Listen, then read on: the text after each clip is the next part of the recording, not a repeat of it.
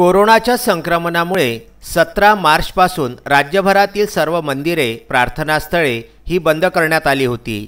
त्याच अनुषंगाने भारतवर्षातील प्रत्येक भाविक भक्त हा दुःखी अंतःकरणाने घरातूनच मंदिराला हात जोडित होता। अशा परिस्थितीमध्ये गेल्या 8 महिन्यांपासून हे सर्व सत्र सुरू होते। लॉकडाऊनच्या 6व्या चरणामध्ये हळूहळू सर्वत्र शिथिलता प्रदान करण्यात येत आहे।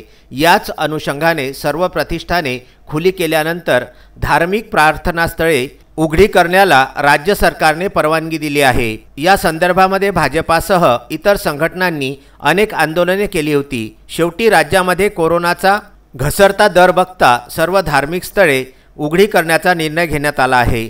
दीपावली उत्सवाच्या पाडवा दिनाच्या शुभमुहूर्तावर राज्यातील सर्व मंदिरे कोरोनाच्या नियम व शर्तींवरती खुली करण्यात आलेली आहेत।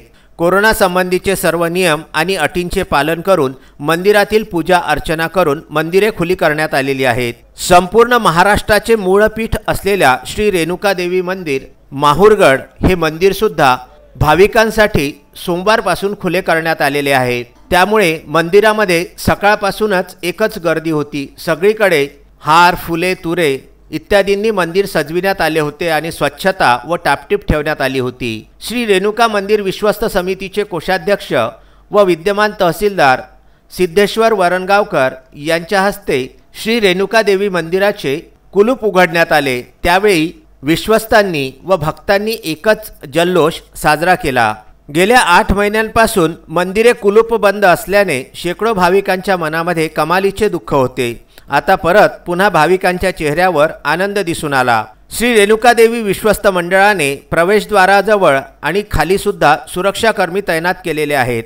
चेहऱ्यावरती मास्क लावून मंदिरात प्रवेश घेणाऱ्या प्रत्येक भाविकांना सॅनिटायझर, मास्क आणि तपासणी केल्यानंतरच मंदिरामध्ये प्रवेश दिला जात आहे। गेल्या 8 महिन्यानंतर आई रेणुकेचे जवळून दर्शन झाल्याने अनेक महिलांच्या चेहऱ्यावर आनंदाचे वातावरण दिसून आले आहे। यावेळी शेकडो भाविक व महिला सुद्धा सामाजिक अंतराने पूजा अर्चना करून मातेची ओट भरताना दिसल्या। कोरोनाच्या सर्व नियमांचे यावेळी पालन करण्यात आले। मंदिराच्या सभागृहामध्ये सुद्धा पुजारी व कर्मचारी सुद्धा मास्क आणि सॅनिटायझर लावूनच आपले विधिवत कार्य संपन्न करताना दिसत होते। सुमारे 8 महिन्यानंतर मंदिरे उघडी झाल्याने अनेक महिलांच्या व पुरुषांच्या चेहऱ्यावरती आनंद दिसून येत होता। याबाबत अनेक भाविकांसह मंदिरातील पुजारी व विश्वस्तांनी विदर्भ न्यूजकडे आपल्या प्रतिक्रिया व्यक्त केल्या। आज सर्व भाविक भक्तांसाठी आनंदाचा दिवस आहे।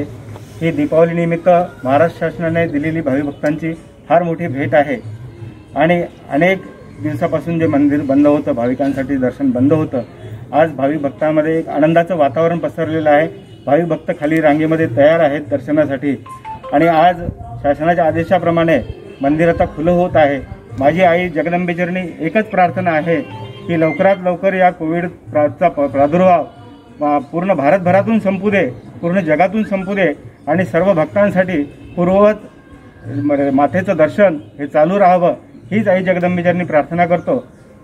जय जगदंबे। 8 महिन्यांपासून उपासमारीची वेळ आल्याने मंदिर परिसरातील दुकानदारांचे चेहऱ्यावर जे दुःखाचे सावट होते ते पुन्हा आनंदामध्ये परावर्तित झालेले दिसून आले। पूजा अर्चनासह इतर साहित्य विकणाऱ्यांचे यापूर्वी मोठे नुकसान झाले होते। मात्र सोमवारपासून मंदिरात गर्दी झाल्याने दुकानदारांनी समाधान व्यक्त केले आहे। 17 मार्चपासून मंदिर बंद होते लॉकडाऊनमुळे। आज रोजी मंदिर उघडले, त्याचा मी सरकारचं स्वागत करतोय आणि अभिनंदन पण करतोय।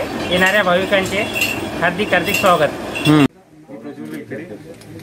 मी प्रज्वल बेलखेडे नागपूरहून। मला आता मंदिर उघडल्यावर खूप अत्यानंद होत आहे, कारण सोशल डिस्टन्सिंग पालन करून सगळं व्यवस्थित होत आहे। तर मी वचन देतो की या सोशल डिस्टन्सिंग आणि मास्कचं पालन करेन मी। धन्यवाद। इथे येण्यात फार आनंद झाला आहे आणि मंदिर खोलण्याबाबत मंदिर संस्थांचे मी फार आभार मानते आहे आणि या स्वागताचे पण फार आभार मानते आहे। धन्यवाद। तुमचं नाव सांगा, कुठून आलात तुम्ही? मी नागपूरवरून आली। मी सिद्धेश्वर वरणगावकर, तहसीलदार माहूर तथा कोषाध्यक्ष श्री रेणुकादेवी संस्थान।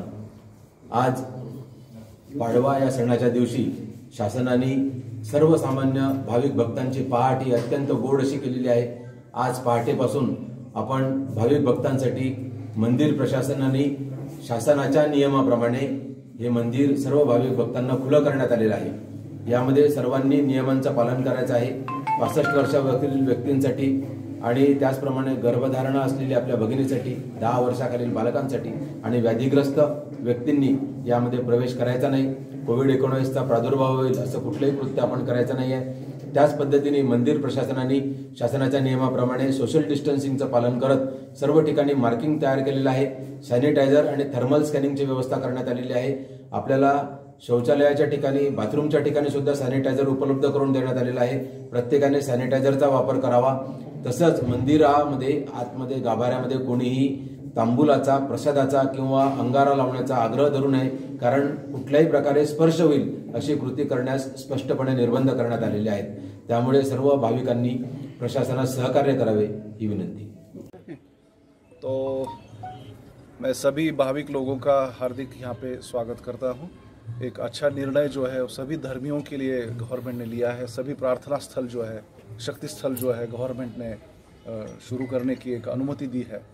और अभी आशा करते हैं कि माँ की जो शक्ति है या सभी गुरुओं की जो कुछ शक्ति है, हमें आचार ने, हमारा जो कुछ भी आचार है उसमें कुछ बदलाव लाए और जो कुछ भी सुरक्षितता हमें अपने आरोग्य की तरफ से लेनी है वो उतना लेने की थोड़ी सी शक्ति माँ हमें प्रदान करे। सबका आरोग्य सुखी रखे, ऐसे प्रार्थना करेंगे हम लोग।